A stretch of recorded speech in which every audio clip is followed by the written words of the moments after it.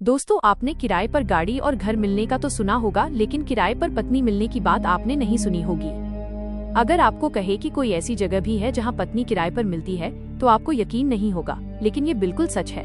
ऐसा नहीं और नहीं, बल्कि हमारे भारत के एक गाँव में ही हो रहा है, और वो भी सदियों से। यहाँ लोग पैसे देकर दूसरों की बीवी, बहू, बेटी या फिर लड़कियों को किराए पर ले जा सकते हैं, वो भी 1 साल या फिर इससे भी कम समय के लिए। और लड़कियों और महिलाओं को किराए पर देने के लिए यहाँ हर साल मंडी भी सजती है, और इसके लिए बाकायदा स्टाम्प पेपर पर सौदेबाजी भी होती है।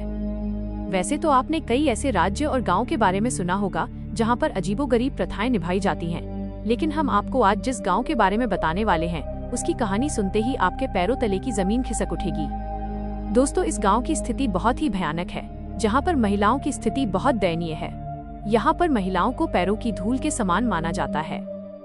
दोस्तों, हम बात कर रहे हैं मध्य प्रदेश में स्थित एक गांव के बारे में, जिसका नाम शिवपुरी है, जहां पर धड़ीचा नाम की एक गलत और बहुत ही विकृत प्रथा या यूं कहें एक कुप्रथा निभाई जाती है। इस गांव के लोग धड़ीचा प्रथा को सदियों से अपनाते आ रहे हैं।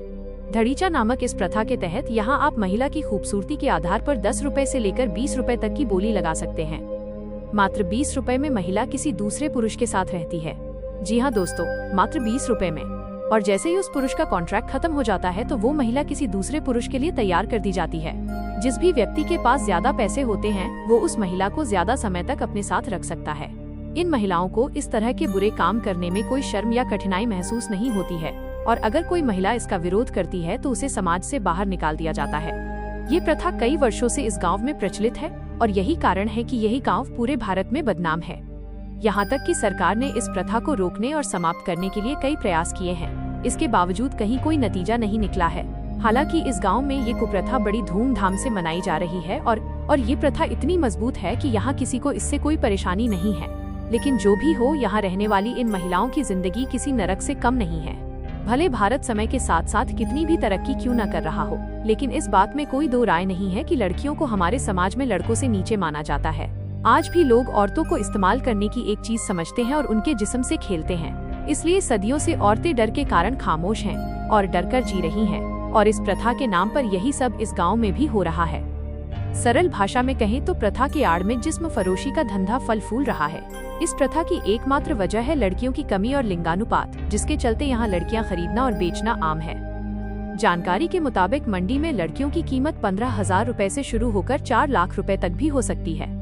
दूर दूर से खरीदार अपने लिए लड़कियां या फिर बोले तो पत्नी किराए पर लेने आते हैं, और लड़कियों की चाल ढाल और खूबसूरती देखकर ही उनकी कीमत लगाते हैं। मंडी में कुंवारी लड़कियां भी होती हैं और किसी की पत्नी भी।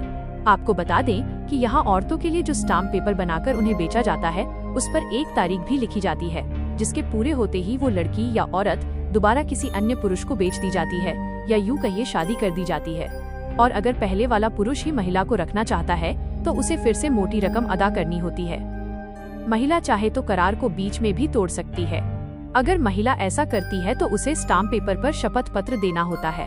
इसके बाद इस तरह राशि भी पति को लौटानी पड़ती है, और कभी कभी तो दूसरे पुरुष से ज्यादा पैसा मिलने पर भी महिला करार तोड़ देती है। हालांकि काफी हद तक बंद है, लेकिन युवतियों को खरीद कर घर बसाने की कुरीति आज भी जारी है, और यहाँ जगह जगह दलाल भी सक्रिय हैं जो महिलाओं और लड़कियों के फोटो लेकर घूमते हैं। जिसे जरूरत होती है वो इन दलालों से संपर्क करता है।